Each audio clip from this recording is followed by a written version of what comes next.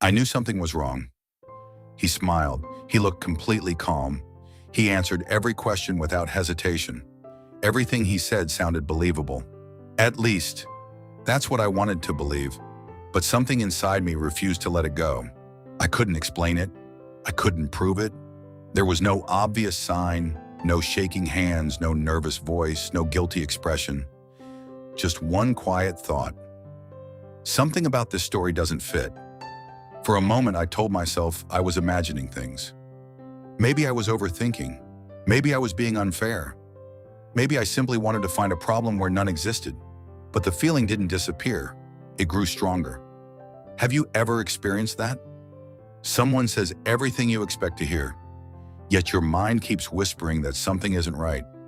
Most people ignore that feeling, not because they're naive, because they want to believe people, because trust feels safer than doubt. But psychology has discovered something fascinating. Long before your conscious mind understands what's happening, your brain is already collecting tiny pieces of information.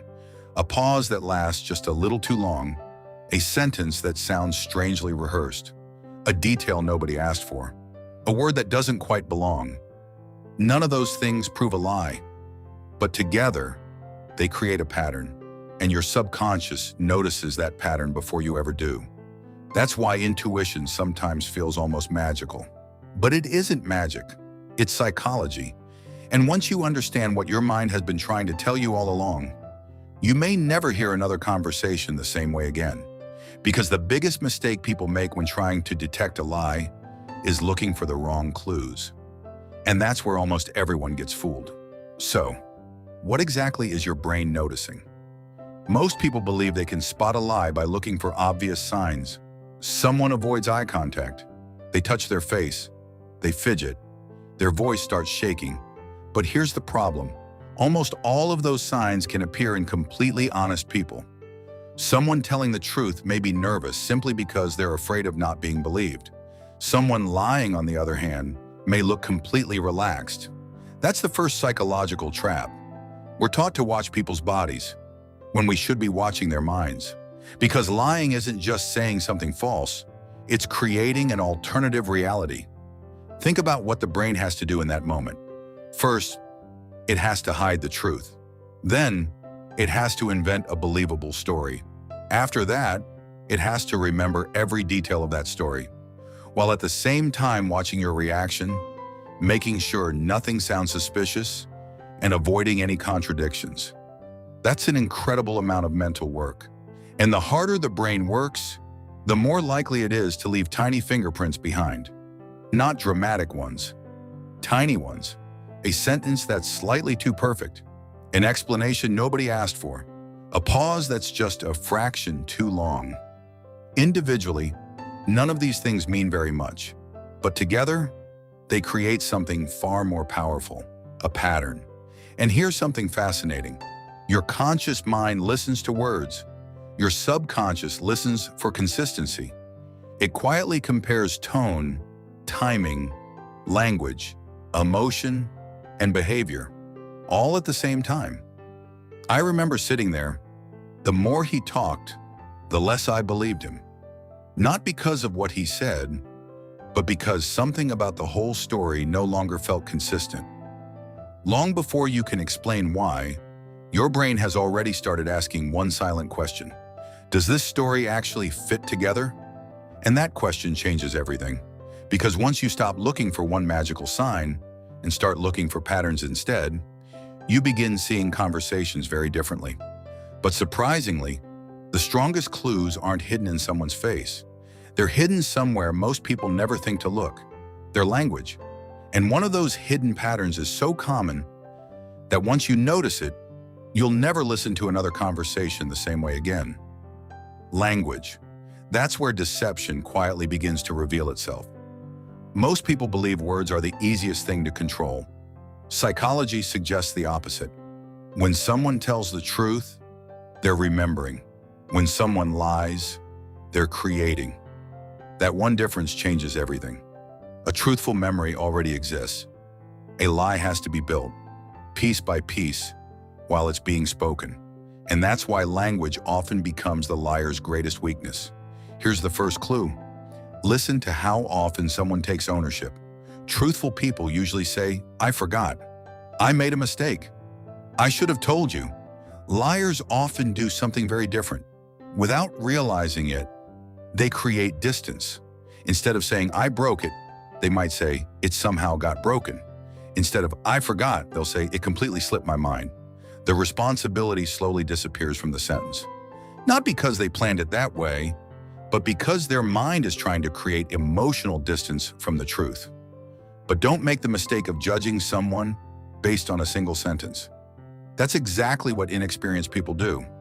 Professionals never look for one clue, they look for clusters. And here's another one. Some liars believe that adding more details makes them sound more believable. So they begin explaining things nobody asked about.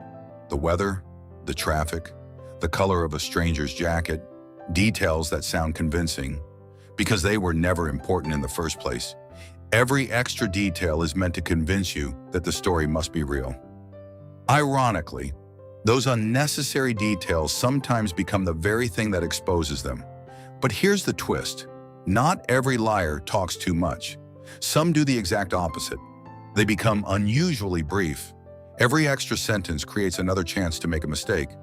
So one liar hides behind endless explanations, while another hides behind almost none.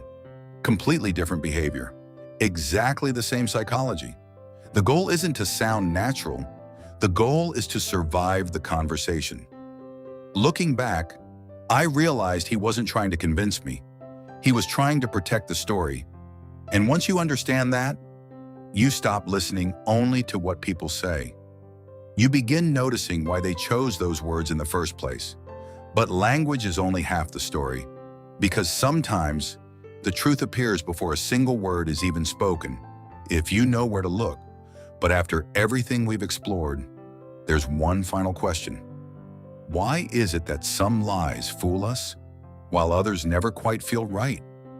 The answer isn't because some people are better liars. It's because most of us have learned to ignore our own instincts. We tell ourselves, "I'm probably overthinking. I don't want to judge too quickly. I need more proof." And sometimes, that's the right decision. Psychology isn't about becoming suspicious of everyone. It's not about turning every conversation into an interrogation. Real psychological awareness does something very different. It teaches you to slow down, to observe, to stay curious. Because one contradiction proves nothing. One nervous gesture proves nothing. One strange sentence proves nothing. But patterns tell stories, and stories rarely stay hidden forever. It took me a long time to understand that day. At first, I thought I had imagined everything. I hadn't. Now, imagine you're sitting across from that same person again. They smile, they laugh, they tell the very same story. Nothing has changed, except one thing. This time, you're not only listening to their words, you're listening to the psychology behind them. You're noticing the pauses, the unnecessary explanations, the moments where the story quietly stops fitting together. Not because you've become more suspicious, because you've become more aware. And perhaps that's the greatest lesson of all. The truth rarely disappears. It simply waits for someone willing to pay attention. So the next time something deep inside you whispers, "Something about this doesn't feel right," don't rush to accuse. Don't rush to believe. Slow down. Observe. Ask better questions. Let time reveal what words are trying to hide. Because the most dangerous lie isn't always the one someone tells you. Sometimes, it's the one you keep believing, even after you've already seen the truth. And maybe that's the hidden psychology of knowing when someone is lying. Sometimes people don't reveal the truth. They simply fail to hide it.